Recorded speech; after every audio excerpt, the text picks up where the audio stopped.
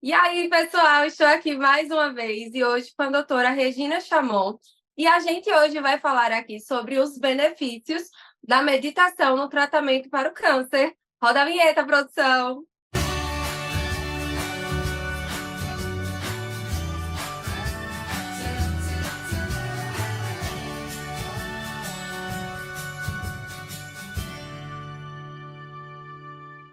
Doutora Regina, muito obrigada pela sua participação aqui na TV Abrale. E para iniciar nossa conversa, eu sei que a meditação é comprovada cientificamente que é muito útil para a ansiedade, para a depressão, mas eu queria saber como a meditação pode ser eficiente para os pacientes com câncer. A gente pode ter vários benefícios da meditação durante o tratamento oncológico em diferentes aspectos. A gente pode ter benefícios físicos, então a meditação ela ajuda a regular vários processos dentro do nosso corpo e contribui muito para o alívio de sintomas de dor, por exemplo, para a melhora do sono, que a gente sabe que muitos pacientes durante e depois do tratamento ficam com uma série de alterações do sono. Então a meditação regula processos internos que melhoram a qualidade do sono, façam com que a gente pegue no sono mais rápido e que esse sono seja um sono que descansa mais, né? Pensando nesse aspecto físico. A gente tem alterações que acontecem no corpo também que diminuem a inflamação, que é algo muito presente no corpo de quem está em tratamento, tanto pela doença como pelo próprio tratamento, né? Então a gente tem essa redução dos fatores inflamatórios na corrente sanguínea, das substâncias que causam inflamação. Então, pensando nesse benefício físico, a gente pode atuar nessas áreas. A gente tem outros benefícios também, benefícios da nossa saúde mental, emocional, espiritual, mas acho que para começar o benefício físico é algo que fica um pouco mais evidente, mais claro, né? A gente percebe com mais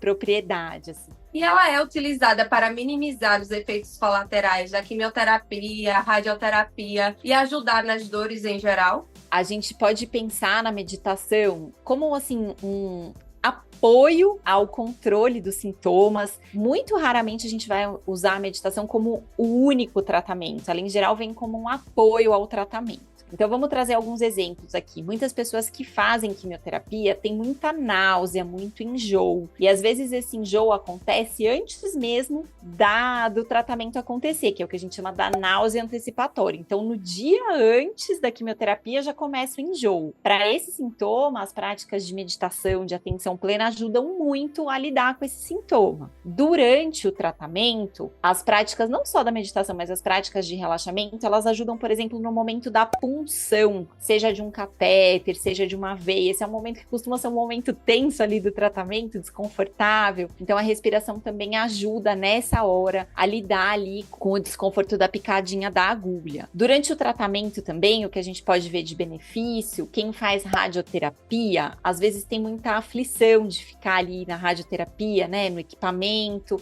Então, nesse momento também, a meditação ajuda a aliviar a ansiedade que está relacionada com esse momento do tratamento. Então, pensando em alívio de efeitos colaterais, a gente pensaria na náusea, principalmente, e nesses desconfortos físicos ou emocionais relacionados com o momento do tratamento ou logo depois que o tratamento acontece. E além dos benefícios físicos, a meditação também pode auxiliar no bem-estar emocional. Como ela pode ajudar a gente nessa questão? O tratamento oncológico, muito comumente, vem com sintomas de ansiedade, excesso de preocupação, ou aqueles pensamentos automáticos que ficam voltando e voltando e voltando, ou às vezes com sintomas de depressão mesmo, uma falta de motivação, falta de vontade, uma tristeza muito intensa. Então, para essas duas condições emocionais, a meditação ajuda a gente, primeiro, a reconhecer que a gente está com esses pensamentos, que a gente está com essas emoções acontecendo, e a gente também aprende durante a prática da meditação a redirecionar o foco do nosso pensamento. E quando a gente consegue ter esse maior bem-estar emocional, isso faz com que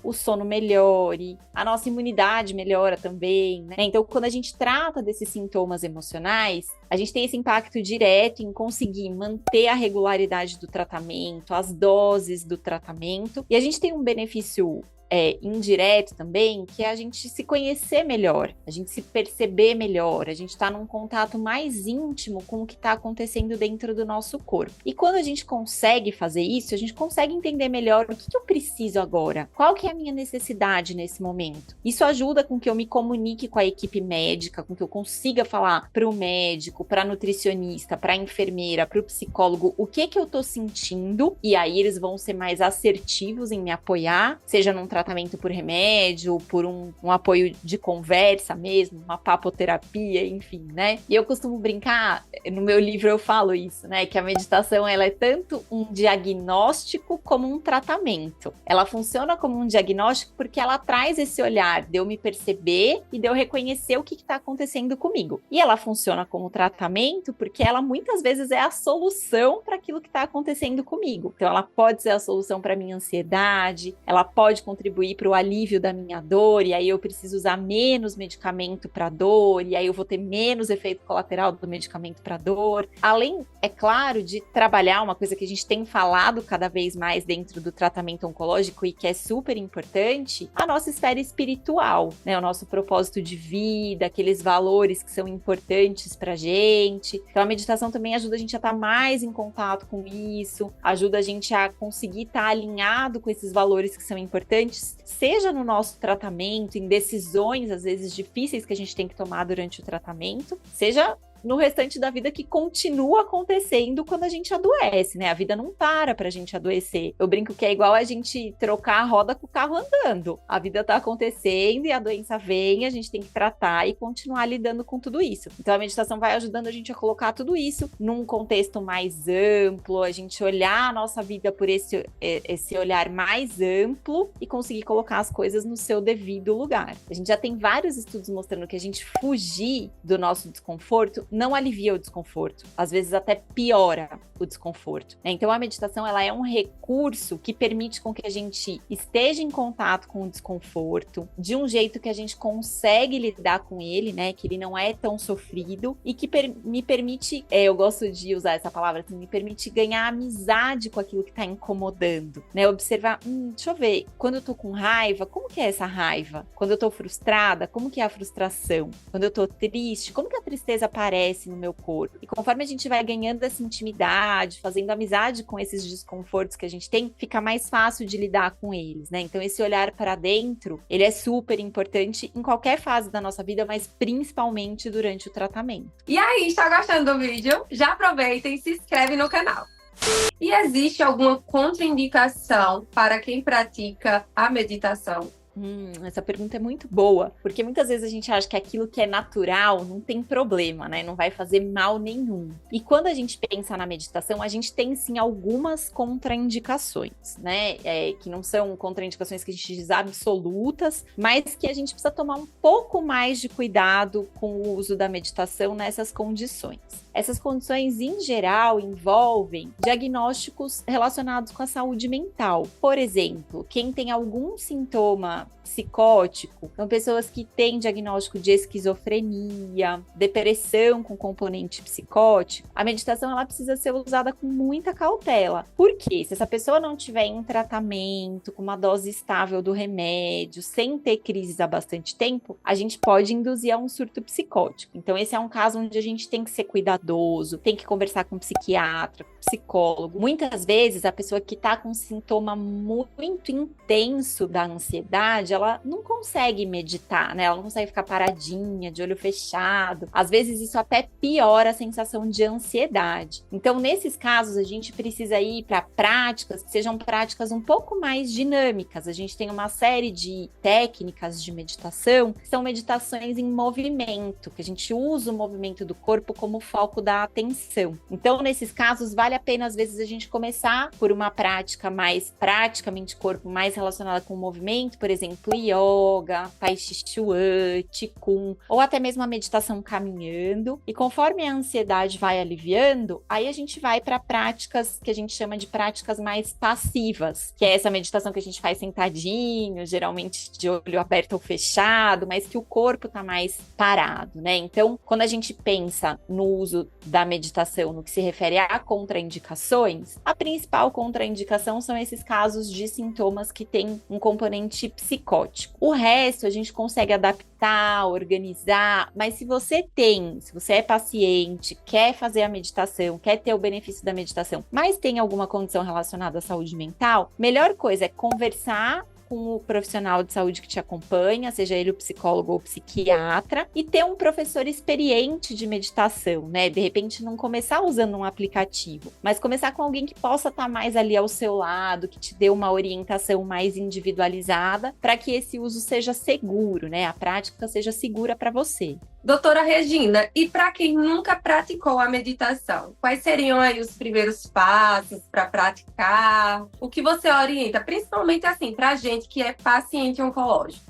Bom, hoje a gente tem uma série de recursos, né, para quem quer começar a aprender a meditar. Então, a gente tem livros, vários livros que falam sobre o tema. A gente tem aplicativos, a gente tem vídeos no YouTube, a gente tem cursos de meditação presenciais ou online. Então, entender também o que cada um gosta mais, como cada um gosta mais de aprender. E o que está disponível perto de você, né? Às vezes você mora numa cidade que não tem nenhum professor de meditação, você pode fazer um curso online ou ler um livro para começar. Mas eu gosto muito de começar com uma prática bastante simples, que é uma prática de, seja onde a gente estiver, o lugar onde você estiver, sentado, deitado, em pé, a gente tenta só alinhar a coluna, né? Deixar a coluna mais retinha. E aí a gente vai trazer a atenção para os sons que estão no ambiente ao nosso redor. É uma prática que se chama de paisagem sonora. Então eu começo a prestar atenção em todos os barulhos que estão acontecendo ao meu redor. Desde barulhos que estão muito distantes, então um carro que está passando na rua, um avião que passou, a buzina, o vizinho que está fazendo barulho, até sons que estão mais próximos da gente. Às vezes o som da nossa própria respiração, o som do coração batendo, que quando a gente silencia a gente consegue ouvir. E por alguns momentos a gente fica observando, prestando atenção nesses barulhos. É muito natural, quando a gente começa a prestar atenção, depois de um tempinho a gente se distrair, pensar em alguma coisa, lembrar de um problema, lembrar da hora de tomar o remédio, do exame que tem que fazer o mês que vem. É normal, a nossa cabeça funciona desse jeito. Se isso acontecer, tá tudo bem.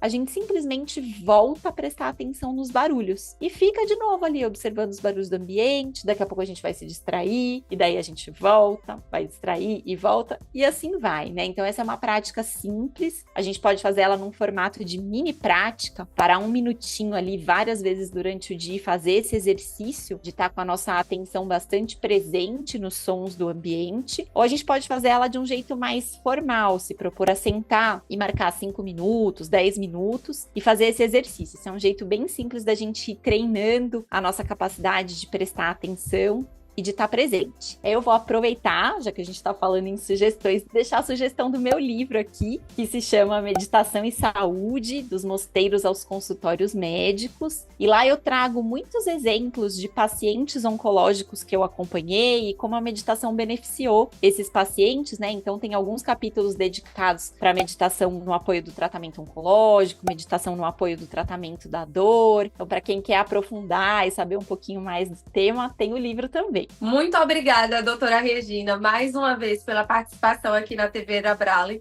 E eu gostaria das suas considerações finais aqui sobre o tema.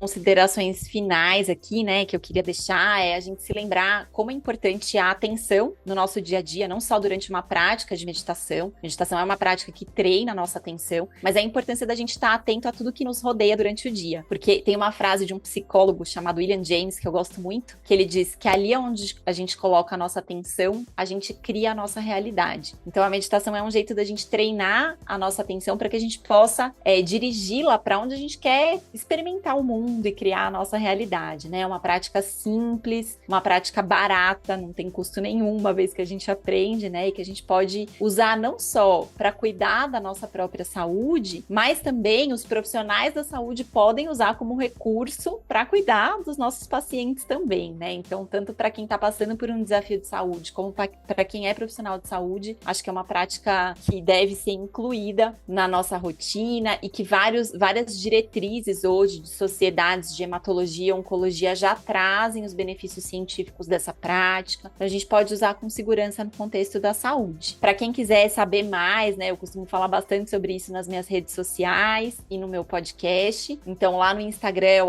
@doutorasanguebom e o podcast é o Desestresse, tá em todas as plataformas de áudio, tem bastante conteúdo para quem gosta desse tema e quer conhecer um pouco mais. E fico super à disposição também para quem quiser mandar dúvidas, perguntas por lá, para apoiar vocês e responder. E é sempre um prazer estar com vocês aqui na Abrale. E aí, tá gostando do que a gente tá trazendo por aqui? Sempre estamos aqui falando sobre muita coisa legal, sobre esse mundo do câncer. Já aproveita, segue a TV Abrale e também deixa aí o seu joinha. Beijo e até a próxima!